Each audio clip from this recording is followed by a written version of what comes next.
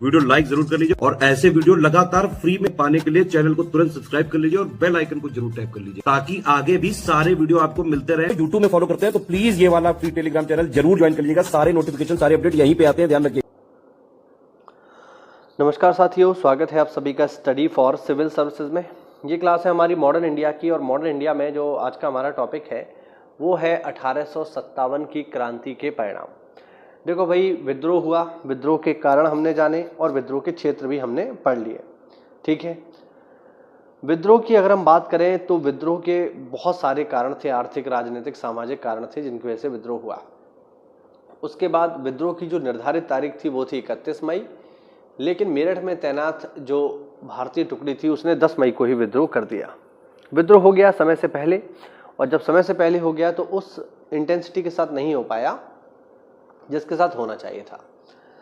अब विद्रोह की शुरुआत होगी तो भिन्न भिन्न स्थानों पर भिन्न भिन्न लोगों ने विद्रोह किया, जिनको मैं आपको ऑलरेडी बता चुका हूं। कानपुर में कौन कर रहा है, इलाहाबाद में कौन कर रहा है, गोरखपुर में कौन कर रहा है, बरेली में कौन कर रहा है, ये सब मैं आपको बता चुका हूं। प्लस मैंने आपको अधिकारी भी बताए जिनकी नियुक्ति करी गई विद्रोह को समाप्त करने के लिए। अब हम आगे बढ़ेंगे और आज देखेंगे कि 1857 का विद्रोह सफल रहा या असफल। तो साथियों, 1857 का विद्रोह एक असफल विद्रोह कहा जा सकता है। अब हम जरा समझते हैं कि इसकी असफलता के कारण क्या है, क्यों इसको असफल विद्रोह कहा जाता है। देखो भाई, असफलता का जो पहला इसका महत्वपूर्ण कारण है वो है ये कि इस विद्रोह में समाज के सभी वर्ग सम्मिलित नहीं थे। यानी ये विद्रोह केवल एक सैनिक विद्रोह बनकर के रह गया, समाज का सामान्य वर्ग इसमें शामिल नहीं था। क्यों नहीं था? इसलिए नहीं था क्योंकि इन सामान्य लोगों को, इन मध्यम वर्ग के लोगों को, जो पढ़े लिखे लोग हैं, उनको इन सैनिकों पर भरोसा नहीं था। क्यों नहीं था? क्योंकि बैटल ऑफ प्लासी और बैटल ऑफ बक्सर में इन्हीं सैनिकों ने अंग्रेजों के साथ मिलकर भारतीय राजाओं की मार लगाई। बिल्कुल लगाई, क्योंकि सही बात है, ये लोग तो भाड़े के टट्टू थे और अब इनका मूड खराब हो गया है तो ये मार लगा रहे हैं अंग्रेजों की। तो लोगों को लगता था कि इनका कोई धर्म ईमान है नहीं, ये कभी भी किसी के साथ भी मिलकर के कुछ भी कर सकते हैं। कल तक अंग्रेजों के साथ मिलकर के भारतीय राजाओं की मार लगा रहे थे, आज मूड खराब हो गया है तो अब अंग्रेजों की मार लगा रहे हैं। तो इनका कोई प्रॉपर, इनका दिमाग का पता नहीं है कब क्या कर बैठे। इस वजह से समाज का सामान्य वर्ग इनके साथ शामिल नहीं था। दूसरा, संसाधनों का अभाव था। बिल्कुल सच बात है, इनके पास संसाधन थे बट अंग्रेजों में जितने संसाधन नहीं थे। सैनिक ही तो थे, तो जितनी बंदूकें उठा सकते थे, गोलियां उठा सकते थे, उतनी उठा ली। अब ऐसा तो नहीं है कि पूरा का पूरा प्रॉपर इनके पास सुविधा है कि ठीक है आपको जो है बंदूकों की, गोलियों की सप्लाई यहाँ पर होती रहेगी, आप जितना चाहें उतना खर्च कर लें, ऐसा नहीं था। तो ये भी एक इम्पॉर्टेंट रीज़न था। तीसरा, अगर हम देखें तो ये कोई ऐसे लोग नहीं थे जिनके पास एक विचारधारा हो। विचारधारा से सेंस कि अगर इन सैनिकों से ये पूछा जाता कि तुम्हारा लक्ष्य क्या है, तो इनका लक्ष्य था सीधे सीधे अंग्रेजों को मार देना। इनका सीधा लक्ष्य था कि अंग्रेज खत्म, समस्या खत्म। और इन्होंने अंग्रेजों को मारने में कोई भेदभाव नहीं किया, चाहे बूढ़े हों या बच्चे हों या महिलाएं हों, सबकी इन्होंने समान रूप से मार लगाई, बिल्कुल भेदभाव नहीं किया है। ठीक है, तोप का गोला अगर पुरुषों पर बरसा है तो महिलाओं पर भी बराबर बरसा है। ये हम कह सकते हैं कि ये भावना इनमें नहीं थी कि पुरुष और महिला में हम भेदभाव करेंगे, बराबर ही से मार लगा रहे हैं। अब इनसे पूछा था कि ठीक है, एक बार आप सब अंग्रेजों को जब भगा दोगे तो फिर आपका आगे का प्लान क्या होगा। तो इनके पास आगे का कोई प्लान नहीं था। इनका लक्ष्य इतना था कि अंग्रेजों को यहाँ से भगा दो। अब इनसे पूछा जाए कि अंग्रेजों को भगाने के बाद अगला प्रोसेस क्या होगा, तो इनके पास कोई जवाब नहीं है, क्योंकि ये जानते ही नहीं है। इनका कहना था कि ठीक है, हमारे नेता हैं बहादुर शाह जफर, उन्हीं को हम राजा बना देंगे और वो जैसे देश चलाएंगे वैसे चलेगा। तो इनके पास कोई विचारधारा नहीं है।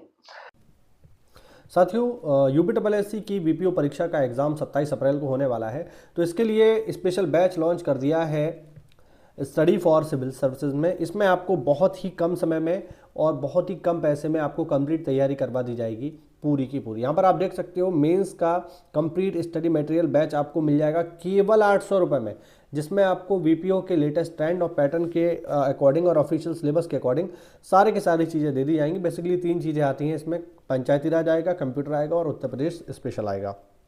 तो ये तीनों की तीनों चीज़ें जो है आपको 30 दिनों के भीतर दे दी जाएंगी और फिर जो है आपको बाकी का पूरा जो समय है वो केवल रिवीजन के लिए आपको मिलेगा। तो बहुत आसानी से आप इसमें तैयारी कर सकते हैं। आपने पहले से तैयारी कर रखी है तो आप चाहें तो केवल टेस्ट सीरीज भी ले सकते हैं। मात्र 400 रुपये में इसमें 20 फुल लेंथ टेस्ट सीरीज आपको दे दी जाएंगी, जिसमें सिलेबस के अकॉर्डिंग मोस्ट एक्सपेक्टेड क्वेश्चंस आपको लगवा दिए जाएंगे। आप चाहें तो इसके पेड क्विज भी ले सकते हैं मात्र 500 रुपये में, जिसमें आपको टेलीग्राम पर लेटेस्ट ट्रेंड और पैटर्न के अकॉर्डिंग पेड क्विज लगवा दिए जाएंगे, ठीक है। और आप पूरा का पूरा बैच लेना चाहे तो इसमें अभी आपको 200 रुपये की छूट भी मिल रही है। मात्र 1500 रुपये में आप पूरा का पूरा बैच ले सकते हैं।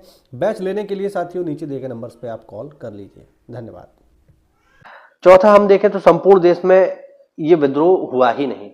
ये विद्रोह मूल रूप से उत्तर भारत तक ही सीमित रह गया। दक्षिण भारत में इस विद्रोह का कोई भी प्रभाव देखने को नहीं हुआ, और चूंकि समय से पहले ही हो गया तो जिन हिस्सों में विद्रोह समय से पहले हो गया तो अंग्रेजों ने दूसरे हिस्सों में जहां पर विद्रोह होने की संभावना है उनको पहले ही कंट्रोल कर लिया। तो जिस इंटेंसिटी के साथ ये होना चाहिए था उस इंटेंसिटी के साथ कभी हुआ ही नहीं। और तीसरा, अनियंत्रित और खराब संगठन।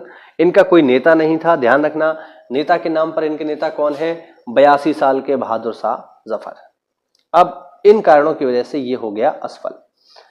अब परिणाम क्या रहे? तो 1857 के विद्रोह के बाद जो पहला परिणाम रहा वो ये कि 1858 में आया भारत शासन अधिनियम, जिसके अंतर्गत ईस्ट इंडिया कंपनी का शासन भारत से समाप्त कर दिया गया।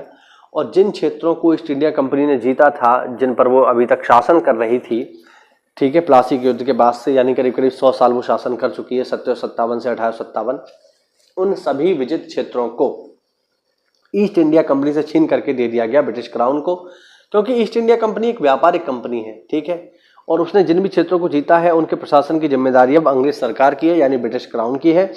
और यहां से ईस्ट इंडिया कंपनी का शासन समाप्त हो गया और भारत अब गुलाम बन गया अंग्रेजी सरकार का।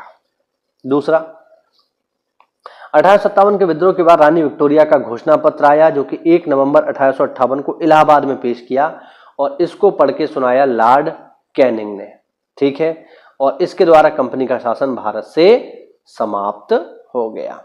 ठीक, अब रानी विक्टोरिया का घोषणा पत्र क्या है ये भी देख लो। तो भारतीय प्रशासन ईस्ट इंडिया कंपनी से निकल के ब्रिटिश क्राउन के पास चला गया, बिल्कुल सही बात है, ठीक है। अब तक जो व्यक्ति भारत का शासन कर रहा था वो था भारत का गवर्नर जनरल, लेकिन अब चूंकि ईस्ट इंडिया कंपनी का शासन ही समाप्त हो गया तो अब जो व्यक्ति भारत पर शासन करेगा वो होगा भारत का वायसराय, ठीक है। वायसराय का मतलब कौन होता है? वायसराय का मतलब है ब्रिटिश सरकार का प्रतिनिधि, जो ब्रिटिश सरकार की ओर से, रानी की ओर से भारत में शासन करेगा, उसे कहते हैं वायसराय। तो अब गवर्नर जनरल का पद खत्म हो गया और अब जो पद बना वो है वायसराय, और पहले वायसराय बने लॉर्ड कैनिंग। यानी लॉर्ड कैनिंग को हम कह सकते हैं कि ये है भारत के अंतिम गवर्नर जनरल और पहले वायसराय। ब्रिटिश सरकार में भारत के प्रत्येक मामले, मतलब ब्रिटिश सरकार अब भारत के प्रत्येक मामले के लिए उत्तरदायी हो गई, क्योंकि उन्होंने हम पर कब्जा कर लिया। ब्रिटेन में एक भारतीय राज्य सचिव का प्रावधान हुआ, क्योंकि भारत को संभालना था। स्थानीय राजाओं के अधिकार व सम्मान को संरक्षण दिया गया। डलहौजी की व्यक्तिगत नीति सिद्धांत को समाप्त कर दिया गया, यानी राज्य हड़प नीति को समाप्त कर दिया गया।